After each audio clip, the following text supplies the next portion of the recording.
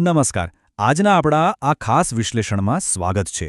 આજે આપણે હોર્ટિકલ્ચર આસિસ્ટન્ટની એક કઠિન પરીક્ષાના પ્રશ્નપત્રને લઈને એક અદ્ભુત સફર પર જવાના છીએ. હા, કોષથી લઈને લણણી સુધીની સફર. આ કોઈ સામાન્ય પેપર નથી, પણ ખેતી અને બાગાયતની આખી દુનિયાને સમજવાનો એક પાક્કો નકશો છે. તો ચાલો ક્યાંય અટક્યા વગર સીધા જ જમ્પ કરીએ ખેતી અને વનસ્પતિના છુપાયેલા રહસ્યોમાં. અને શરૂઆત કરીએ એકદમ મજેદાર પોપ ક્વિઝથી. સીધો જ પરીક્ષામાંથી લીધેલો આ પ્રશ્ન છે: વનસ્પતિ કોષનો નિર્જીવ ભાગ કયો છે? વિચારો તો જરા. વનસ્પતિ વિજ્ઞાન વિશે આપણું નોલેજ અહીં ચેક થશે. શું લાગે છે, શું હોઈ શકે આનો જવાબ? જો તમે રસદાની એટલે કે વેક્યુઅલ વિચાર્યું હોય તો તમે એકદમ સાચા છો. હવે તમને કદાચ એવું થાય કે યાર આ બધું જાણવું શા માટે જરૂરી છે? તો વાત એમ છે કે બાગાયતી વિજ્ઞાનમાં એટલે કે હોર્ટિકલ્ચરમાં નિષ્ણાત બનવું હોય ને તો સૌથી પહેલાં આવા સૂક્ષ્મ અને નિર્જીવ કોષીય માળખાને સમજવા પડે. કારણ કે આપણે જે વિશાળ પાક જોઈએ છીએ ને તેનો પાયો આ જ છે. બધું અહીંથી જ શરૂ થાય છે. તો બસ આજની આપણી માઇક્રોથી મેક્રો સુધીની સફર કંઈક આવી રહેશે. પહેલાં વનસ્પતિ જીવવિજ્ઞાનના પાયાના સિદ્ધાંતો, પછી જમીન અને જળ વ્યવસ્થાપન, ત્યારબાદ વનસ્પતિ સંવર્ધનની પદ્ધતિઓ, પછી જીવાત, રોગો અને રક્ષણ, અને છેલ્લે ફળોનું રસપ્રદ વિજ્ઞાન. ચાલો સૌથી પહેલા વિભાગથી શરૂઆત કરીએ: વનસ્પતિ જીવવિજ્ઞાનના પાયાના સિદ્ધાંતો. આ એ જ લેવલ છે જ્યાંથી ખેતીની બધી જ મોટી પ્રક્રિયાઓ શરૂ થાય છે. હવે વૈજ્ઞાનિક નામો સાંભળીને ઘણીવાર આપણને એમ થાય કે આ કેટલું અઘરું છે, રાઈટ? પણ હકીકતમાં તે વિશ્વભરની વનસ્પતિઓને એક સમાન રીતે ઓળખવા માટે બહુ જ જરૂરી છે. ઉદાહરણ તરીકે બધાની ફેવરિટ કેરી લઈ લો. ખેતીની ભાષામાં કેરીનું વૈજ્ઞાનિક નામ છે મેંગીફેરા ઇન્ડિકા એલ. બસ આ એક ચોક્કસ નામથી દુનિયાભરના વૈજ્ઞાનિકો અને ખેડૂતો કોઈપણ કન્ફ્યુઝન વગર એકબીજાની વાત સમજી શકે છે. સિમ્પલ છે ને? આગળ વાત કરીએ તો વનસ્પતિઓમાં પણ સામાન્ય C3 છોડ અને એકદમ સુપર એફિશિયન્ટ એવા C4 છોડ વચ્ચે બહુ મોટો ડિફરન્સ છે. પરીક્ષાના પેપરમાં જ પૂછાયું છે કે મકાઈ, શેરડી અને જુવાર એ C4 છોડના ઉદાહરણો છે. આ છોડની અંદરની સિસ્ટમ એટલી જોરદાર હોય છે કે તે ખરાબ વાતાવરણમાં કે ઓછા પાણીમાં પણ ફટાફટ પ્રકાશ સંશ્લેષણ કરી લે છે. અને એટલે જ આ પાક ખેતી માટે એકદમ પાવરહાઉસ સાબિત થાય છે. હવે જરા પ્લાન્ટ ગ્રોથ રેગ્યુલેટર એટલે કે PGR વિશે સમજીએ. આ બહુ જ ઇન્ટરેસ્ટિંગ છે. આ એવા રાસાયણિક પદાર્થો છે જે છોડમાં બહુ જ ઓછા પ્રમાણમાં બને છે, પણ ભાઈ કામ એમના બહુ મોટા છે. આખા છોડની સિસ્ટમ કંટ્રોલ કરે છે. એક ફેમસ ઉદાહરણ છે સાઇટોકાઇનિન. તમને જાણીને કદાચ નવાઈ લાગશે કે આપણે જે નોર્મલ નાળિયેર પાણી પીએ છે ને તેમાં આ હોર્મોન કૂટીને ભરેલું હોય છે. છે ને કમાલની વાત? ઓકે, તો હવે અંદરની બાયોલોજીથી બહાર આવીને વિભાગ 2 તરફ જઈએ: જમીન અને જળ વ્યવસ્થાપન. જોઈએ કે આપણે બહારથી જમીન અને પાણીનું સેટિંગ કેવી રીતે કરીએ છીએ. જો તમને એમ હોય કે ખેતી એટલે બસ માટીમાં બીજ નાખી દીધા અને કામ પૂરું, તો ના, એવું બિલકુલ નથી. તેમાં પ્રોપર ગણિત અને વિજ્ઞાન છે. આ 0.75નો આંકડો જુઓ. આ એક બહુ જ મહત્વપૂર્ણ ગુણોત્તર એટલે કે રેશિયો છે. પરીક્ષામાં જ પૂછ્યું હતું કે જો પાકને 60 મિલીમીટર ઊંડાઈની સિંચાઈ આપવાની હોય અને આ ગુણોત્તર 0.75 હોય તો ગણતરી પ્રમાણે બાષ્પીભવનનું માપ 80 મિલીમીટર હોવું જ જોઈએ. એટલે કે પાણી ક્યારે અને કેટલું આપવું તેનું એકદમ પાક્કું કેલ્ક્યુલેશન હોય છે. ચાલો એક પાક ઉગાડવાની આખી પ્રોસેસને સ્ટેપ બાય સ્ટેપ સમજીએ. સૌથી પહેલાં તો સૂતેલા બીજને જગાડવું પડે, એટલે કે તેની નિષ્ક્રિયતા અથવા ડોર્મન્સી તોડવી પડે. ત્યારબાદ બગીચામાં ટર્ફિંગ કે પછી કટિંગ જેવી પદ્ધતિઓથી તેનો ફાસ્ટ ગ્રોથ કરવામાં આવે છે.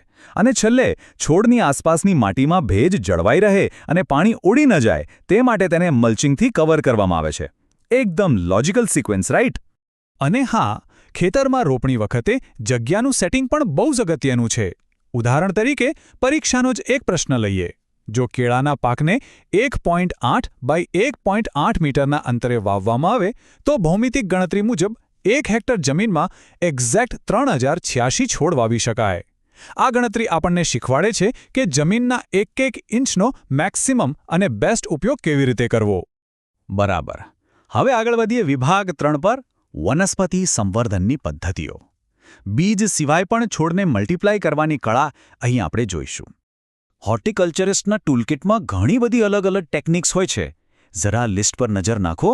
ગ્લેડિયોલસના સુંદર ફૂલો કોર્મ નામના વિશિષ્ટ ભાગથી ફેલાય છે. બોર ઉગાડવા હોય તો કમર્શિયલ લેવલ પર બડિંગ પદ્ધતિ વપરાય છે. અને હા, કેળાના પાકમાં મુખ્ય છોડની આસપાસ જે નકામા પીલા ઉગી નીકળે ને તેને દૂર કરવા માટે 2,4-D નામનું કેમિકલ વપરાય છે, જેને ડિસ્કરિંગ કહેવાય છે ને એકદમ વેરાયટીવાળું કામ.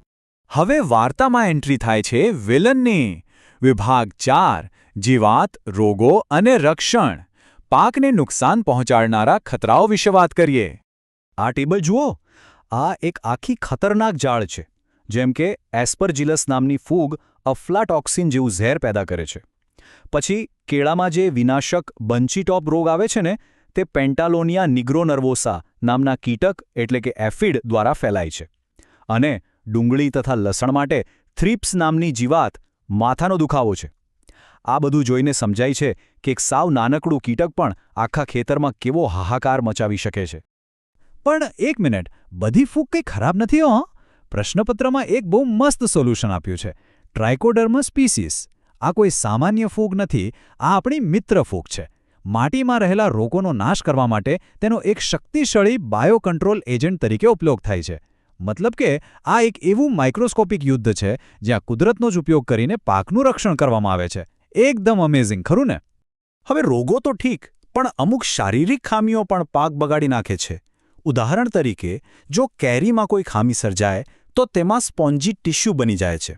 ટમેટામાં જો બોરોન તત્વ ઘટી જાય તો ફળ ફાટી જવાની એટલે કે ફ્રૂટ ક્રેકિંગની સમસ્યા થાય છે.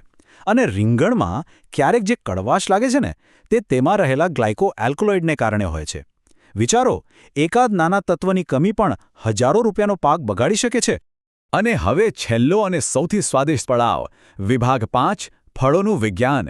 છોડની સાયકલ પૂરી થાય એટલે વાત આવે છે લણણી અને ફળોની. ક્યારેય વિચાર્યું છે કે આપણે જે કેળા ખાઈએ છીએ તેમાં બીજ કેમ નથી હોતા? આ કોઈ ચમત્કાર નથી, આ પ્યોર સાયન્સ છે. આને બોટનીની ભાષામાં વેજીટેટિવ પાર્થિનોકાર્પી કહે છે. મતલબ કે ફલન પ્રક્રિયા એટલે કે ફર્ટિલાઇઝેશન વગર જ ફળનું બની જવું. ખેડૂતો માટે આ એક જાતનો જાદુ જ છે, જેનાથી તેઓ બીજ વગરના ફળો ઉગાડી શકે છે. અને તમને તો ખબર જ છે, બજારમાં આવા સીડલેસ ફળોની જ સૌથી વધુ ડિમાન્ડ હોય છે. આ બધું વિજ્ઞાન જોરદાર છે, પણ તેને હકીકત બનાવનાર માણસોને આપણે કેમ ભૂલી શકીએ? પરીક્ષાના પેપરમાં પણ એક મહાન પ્રણેતાનો ઉલ્લેખ છે, ડૉક્ટર બીપી પાલ. તેઓ ભારતના અત્યંત પ્રખ્યાત ગુલાબ સંવર્ધક હતા અને તેથી જ તેમને ભારતમાં ગુલાબના પિતા એવું બિરુદ મળ્યું છે. આધુનિક ખેતી અને બાગાયત આવા જ સમર્પિત અને જિદ્દી વૈજ્ઞાનિકોની આખી જિંદગીની મહેનતનું પરિણામ છે. અને જ્યારે ખેતીના રક્ષણની વાત આવે છે ત્યારે આપણે બે અલગ અલગ દુનિયા જોઈએ છીએ. એક તરફ છે ગ્લાયફોસેટ જેવી આધુનિક કેમિકલ દવાઓ જે ખેતરમાં રહેલું બધું જ નીંદણ એક ઝાટકે સાફ કરી નાખે છે. અને બીજી તરફ છે આપણી દેશી પરંપરાગત પદ્ધતિ જેમ કે લીમડાનો ખોળ.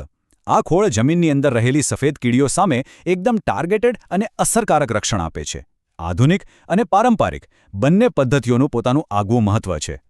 આ બધા વિજ્ઞાનની મેક્રો લેવલ પર શું અસર થાય છે તે સમજવા માટે પરીક્ષાના આ 100મા અને અંતિમ પ્રશ્ન પર નજર કરો.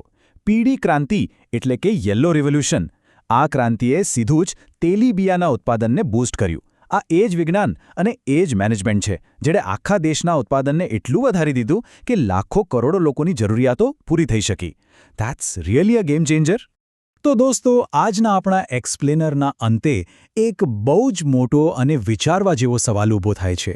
જો આપણે વનસ્પતિના એક નાનકડા માઇક્રોસ્કોપિક કોષથી શરૂ કરીને તેના ડીએનએ અને સિસ્ટમમાં ફેરફાર કરી આખી એક વૈશ્વિક કૃષિ ક્રાંતિ લાવી શકતા હોઈએ તો જરા વિચારો, ભવિષ્યમાં આપણે વિજ્ઞાનની મદદથી કયો નવો અશક્ય લાગતો પાક એન્જિનિયર કરીશું? આ વનસ્પતિ વિજ્ઞાનની સફર છે ને એ ક્યારેય અટકવાની નથી. વિચારતા રહેજો અને આ અદ્ભુત દુનિયા વિશે નવું નવું જાણતા રહેજો.